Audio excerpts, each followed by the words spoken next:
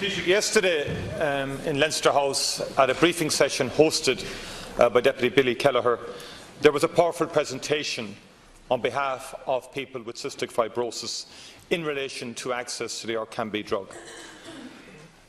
There was Gillian McNulty, a 40-year-old woman who, up to going on Orkambi, could have spent up to 15 hours in bed, illustrated how she was now 19 hours on a campaign trail and on the campaigning to get Orkambi made available.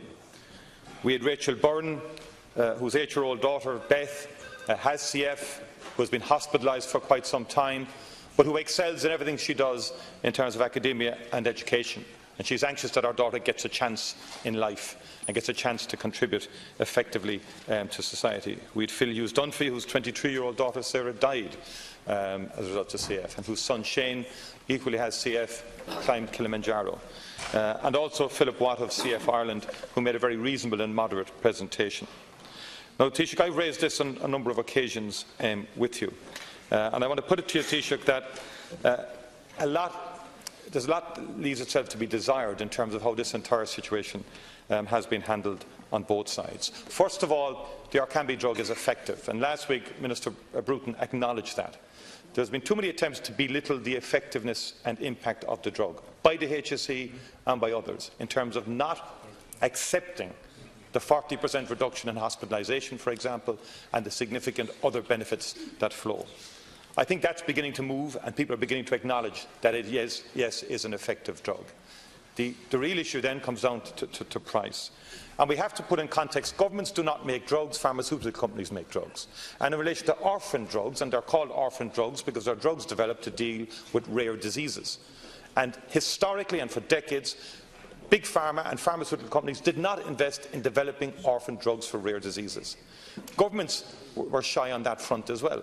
And at European level, there was numerous attempts made to try and get critical mass behind the idea of developing drugs for rare diseases. So, for example, in CF, you're talking about a population here for Orkambi of just 500 patients, 3,000 in the UK. So it's difficult to make back the investment in research. So that has to be balanced in the equation and in the assessment of how one goes about this. In this context, the Minister announced in July savings up to 750 million in drug savings. I get the sense, Taoiseach, to cut to the chase, that there hasn't actually been intensive negotiations on this one.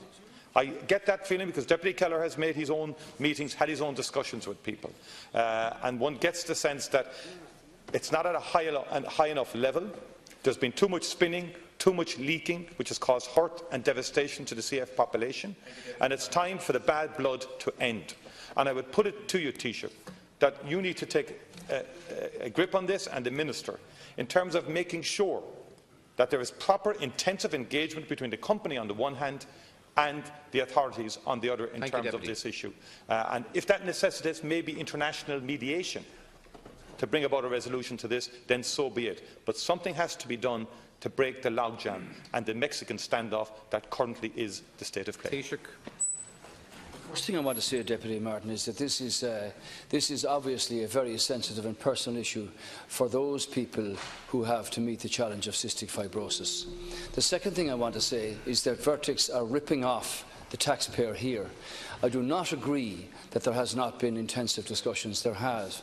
I do not agree that there's an attempt to diminish the impact in terms of the quality of life that Orkambi can bring for those patients aged 12 and over who benefit from it.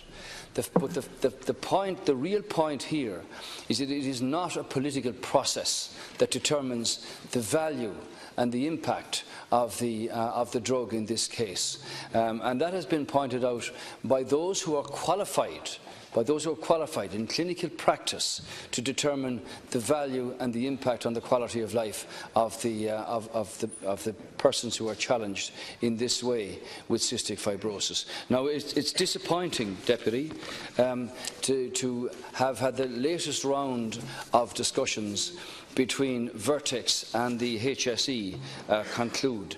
And I trust Professor Michael Barry from the National Centre for Pharmacoeconomics, who said last week, "It is time for the company to put patients first and to significantly reduce their price. He said the 5-year gross budget impact of reimbursing Orkambi is estimated by at more than 390 million. And that the NCPE noted the significant opportunity cost associated with reimbursing the drug. That is not a political charge, it's one that comes from people who are qualified to determine these matters in the medical area. Now, Minister Harris, and I think what you're attempting to get at here is that either the Minister or myself should negotiate directly with the company. Minister Harris has travelled to Lisbon today. He has written to his fellow ministers in Australia, in Canada, in England and in Scotland, where the medicine has also not been approved. He has sought cooperation and is seeking cooperation from these countries in seeking to join forces to impact positively and to influence the manufacturer to accept other innovative pricing approaches to significantly reduce the cost of this medicine. There are those within the cystic fibrosis community for whom Orkambi does not work. And even if verdicts were to say we will reduce by the proportion, the assessed proportion of people for whom it does not work, there would be a significant reduction in the cost of the drug in the first place. But the process has moved, Deputy Martin, from where it used to be, where the political process made a determination as to the value of the drug in terms of quality of life or not. Now, we all empathise and understand the sensitivities associated with this. But clearly, this company are using cystic fibrosis patients to say, we have a drug that enhances your quality of life. There's a percentage of those people for whom it does not work. But the charge being forwarded by the company is grossly excessive, not determined by a political process, but by the clinical professor in charge of this, who has been very clear about the situation insofar as this company is concerned. I would urge them to get back to the intensive discussions that have already taken place, reduce this price and we can move on, and those for whom the drug will benefit will have the benefit of that drug. Deputy Martin, you have 1 minute. I don't want you to get involved in negotiations, but I want you to make sure that there's proper and intensive negotiations taking place. There have been 32 new cancer drugs approved in this country since 2012. 32.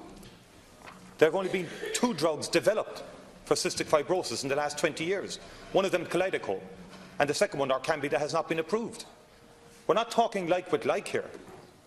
Cystic fibrosis globally offered 75 million to the pharmaceutical world to start developing drugs for CF. The top 10 pharma companies rejected the offer. Only Vertex took it up. And I'm not here to advocate for any company. The easy political thing to do is to attack big bad pharma. That's simple, that's easy. It's a great political line, Taoiseach. But it doesn't resolve this. It doesn't resolve it.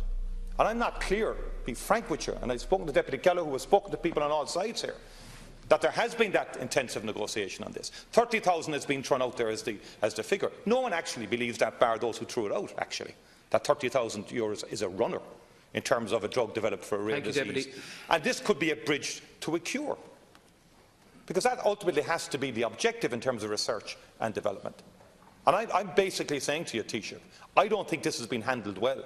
Because it's not good enough that the CF population should read about the outcome of the negotiations on the front page of a Sunday newspaper and get a tweet late on a Saturday night. That's the context that's going on here. And there is bad blood there. Time is up, I didn't like what I saw publicly being argued, because you can't get a deal if it's just hostility and bad blood between both sides. That's no basis for resolving this. There is an issue here in terms of a rare disease globally.